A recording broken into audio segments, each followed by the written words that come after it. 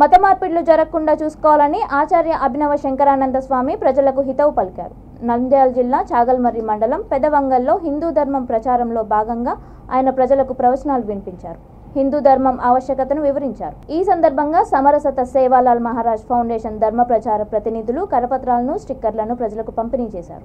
పండుగ నుంచి నేను ఈ రోజు నుంచి ఇంతకుముందు ఎలా బతికానో అలా బతకను.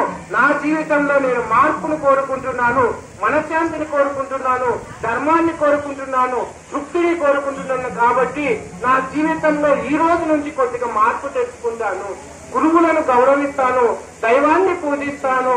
కొద్దిగా అంత ఇంకా నేను చదివిన వాడిని అయితే భాగవతము, రామాయణము, మహాభారతము గ్రంథాలు కూడా చదువుతాను. ఇలా మారాలి. అలా మారకుంటే రోజులు అయిపోతాయి, నెలలు అయిపోతాయి, సంవత్సరాలు అయిపోతాయి, జీవితమే అయిపోతాయి. అందుకు కాబట్టి మీకు ఒక ఉదాహరణ చెప్తా. కోట శ్రీనివాసరావు తెలుసా, సినిమాలలో నటిస్తుంటాడు. ఆయనకు 75 సంవత్సరాలు, కొన్ని వందల కోట్ల హీరోలు అన్ని సినిమాలు తీసినాడు. కానీ వీడు విలన్ గా సంసారం వదిలిపెట్టినప్పుడు రాజు రాడు.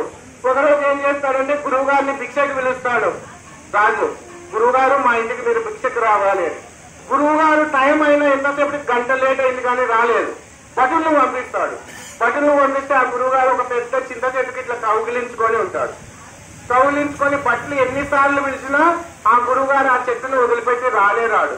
తర్వాత ఆ భటులు వచ్చి రాజు చెప్తారు, అయ్యా మీ గురువు గారు చింత చెట్టును పట్టుకొని ఉన్నారు, భిక్షకు పిలుస్తుంటే రాలేదు అని చెప్తే రాజుగారే వెళ్తారు. అక్కడికి వెళ్లి, గురుగారు మీరు భిక్షకు రావాలి, మా భార్య అక్కడ మీకోసం ప్రసాదం చేసి పెట్టిందంటే ఈ చింత చెట్టు నన్ను పట్టుకుంది, వదలట్లేదు, వదిలితే వస్తాను అని చెప్తారు. మనం కూడా జీవితంలో పుత్రుల మీద, భార్య మీద, పేరు ప్రఖ్యాతుల మీద, ధనం మీద వ్యామోహం మనం పెట్టుకొని